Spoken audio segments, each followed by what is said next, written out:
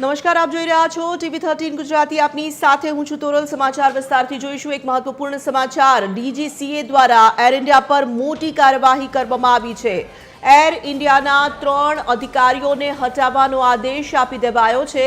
Ahmedabad plane crash મામલે DGCA દ્વારા કાર્યવાહી કરવામાં આવી।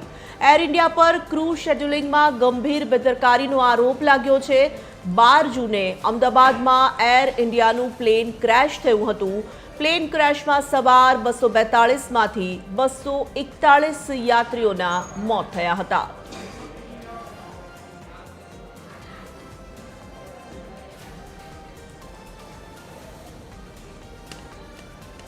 સંવાદદાતા મૌલિક ઉપાધ્યાય જોડાઈ ચૂક્યા છે ફોન લાઈન પર। મૌલિક, DGCA દ્વારા આખરી કાર્યવાહી એર ઇન્ડિયા સમક્ષ સામે કરવામાં આવી રહી છે, શું જાણકારી મળી રહી છે આ દિશામાં? જે રીતે 12 જૂને અમદાવાદ એરપોર્ટથી લંડન જતું જે એર ઇન્ડિયાની ફ્લાઇટ છે તે દુર્ઘટનાગ્રસ્ત થઈ હતી અને ત્યારબાદ DGCA દ્વારા નિર્ણય લેવામાં આવ્યો છે કે એર ઇન્ડિયા સાથે કામ કરતા 3 જેટલા અધિકારીઓ છે તેમને જવાબદારીમાંથી હટાવવામાં આવે।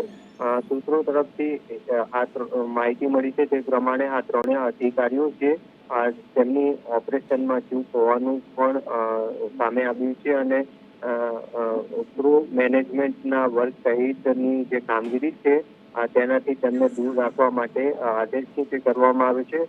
સાથે સાથે 10 દિવસની અંદર રિપોર્ટ છે એક રિપોર્ટ બનાવીને સોંપવા માટે પણ કહેવામાં આવ્યું છે।